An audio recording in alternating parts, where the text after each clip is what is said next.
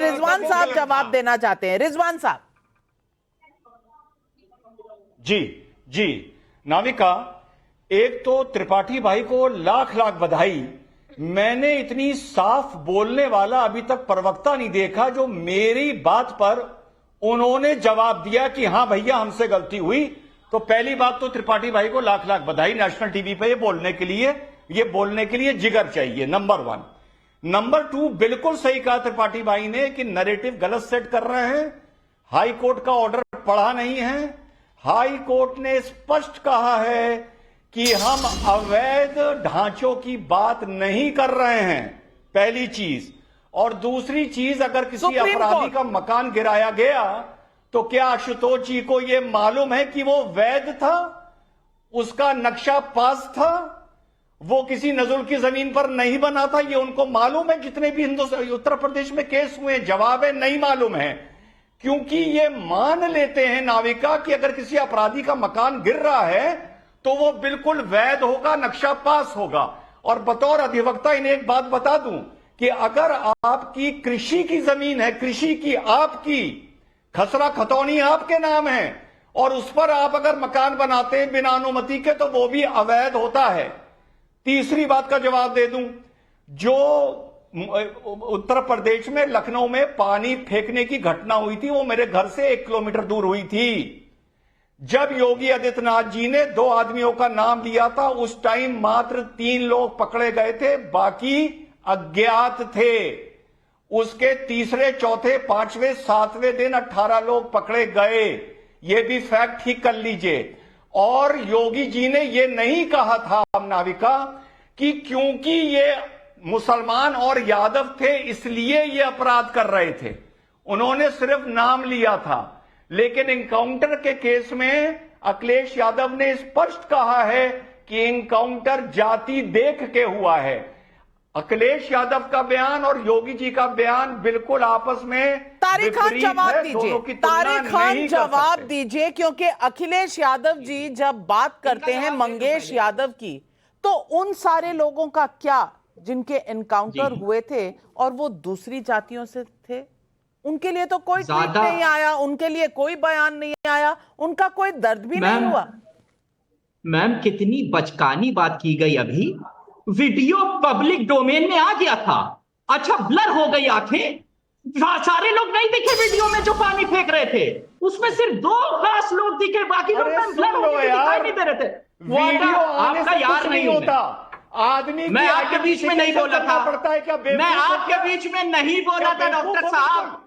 Video आ गया तो क्या? मैं आपके बीच में नहीं बोला था, मैं आपके बीच में नहीं बोला था, मैं आपके बीच में नहीं बोला था, मैं आपके बीच में नहीं बोला था। चुप रहिए। रिजवान भाई तारिक खान को बोलने दीजिए, काउंटर का समय दूंगी। लेकिन तारिक खान साहब, वीडियो में लोगों के माथों पर नाम नहीं लिखा होता, यही बात वो कहना चाह रहे हैं, लेकिन आप अपनी बात खत्म करिए। तुम्हारा बाप बेवकूफ। अरे मेरे भाई नेशनल टेलीविजन पर संयम रखिए, हिमाचल में भी रखिए, यहाँ टेलीविजन पर भी रखिए, उत्तर प्रदेश में भी रखिए। संयम से ही देश आगे बढ़ेगा। लेकिन तारिक खान भाई, आप जो कह रहे हैं वो बात सही है, वीडियो में बहुत लोग दिख रहे थे, लेकिन आइडेंटिफाई जब तक ना हो, लोगों के माथे पे उनका नाम तो नहीं लिखा होता ना। Let me say something ma'am. तो chief minister should have waited for it. उन्हें इंतजार करना चाहिए। इतनी जल्दी थी कि सुबह ही चले गए, लो 2 लोगों का नाम दे दो, ये कैसी बात हुई? और आपके चैनल पे अपने आप को बेवकूफ कहलाना, आप इसको अप्रिशिएट करती होंगे। अभी इन्होंने हमको बेवकूफ कहा, आपने इनको नहीं डांटा और मुझे कह दिया अरे ये सब नेशनल चैनल पे नहीं चलेगा। लेकिन तारिक खान भाई, इस माफिया और चोरी के चक्कर में भी कुछ लोग फरार हैं, कुछ लोगों को पैर में चोट लगी है। आपने कैसे तय कर लिया कि एक ही यादव है, बाकी यादव नहीं है? कैसे तय कर लिया कि आप यादव की ही बात करेंगे? राकेश त्रिपाठी जी, इससे पहले मैं आपका जवाब लूं, यहां पब्लिक के बहुत से सवाल आ रहे हैं। भावना का शिमला से सवाल है, हिमाचल के सीएम कह रहे हैं कि मंत्री को संयम रखना चाहिए, तो क्या मंत्री ने कुछ गलत कहा? तो क्या उन पर एक्शन लेंगे? दूसरी तरफ भगवान दास का कोलकाता से सवाल है, कांग्रेस हिमाचल पर फंस गई है। लगता है ओवैसी का नफरत की दुकान वाला तंज तगड़ा है, इसलिए क्या कांग्रेस बैलेंसिंग एक्ट करने की कोशिश कर रही है। राजेंद्र का पटना से सवाल है, योगी राज में तो विकास दुबे का भी एनकाउंटर हुआ और मैंने तो सुना है सुल्तानपुर में कुछ फरार आरोपी भी यादव हैं। फिर योगी की पुलिस पर जाति देखकर एनकाउंटर करने का आरोप कैसे सही है। राकेश त्रिपाठी जी, पहले आप जवाब दे दें लास्ट क्वेश्चन का और फिर मैं कमलाकर जी के से जवाब मांगू।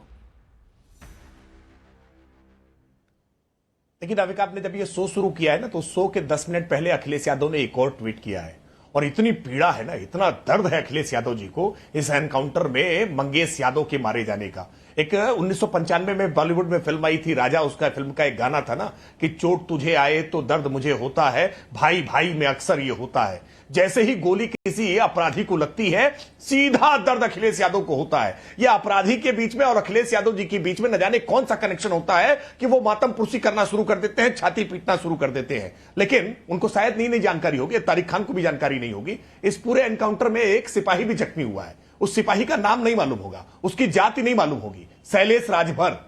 ये भी पीडीए का हिस्सा है, ये जो पीडीए बताते हैं ना, उस पीडीए का हिस्सा है। सिपाही शैलेश राजभर भी जख्मी हुआ है, लेकिन उस शैलेश राजभर के प्रति आपकी कोई सहानुभूति नहीं होगी। आपकी सहानुभूति तो उमड़ेगी बहुत कस करके उस अपराधी के प्रति मंगेश यादव, जिस पर 1 लाख रुपए का इनाम था, दर्जन भर मुकदमे थे जिसके ऊपर, और प्रतापगढ़, सुल्तानपुर और जौनपुर जैसे जिलों में उसके खिलाफ मुकदमे दर्ज थे। वो ज्वेलर्स के यहां लूट करे, वो अपराध करे, उसको हम दामाद बना करके रखें, उसको हम भोजन कराएं, उसकी हम जाति पूछ करके फूल माला पहनाएं। बताओ ना तारिक खान, क्या करना चाहिए ऐसे अपराधी के खिलाफ? जो अपराधी पुलिस पर गोली दागने का दुस्साहस करे, क्या करे पुलिस? हाथ बांध करके बैठ जाए क्या? क्या उनकी आरती करे, पूछे कि आपकी जाति क्या है? अरे आपकी जाति तो कहीं अखिलेश जी वाली जाति तो नहीं है। आपको सिर्फ पैसे दे रहे, जाइए दूसरी लूट करिए। जवाब लीजिए, क्या करना चाहिए बताता हूं, क्या करना चाहिए बताता हूं।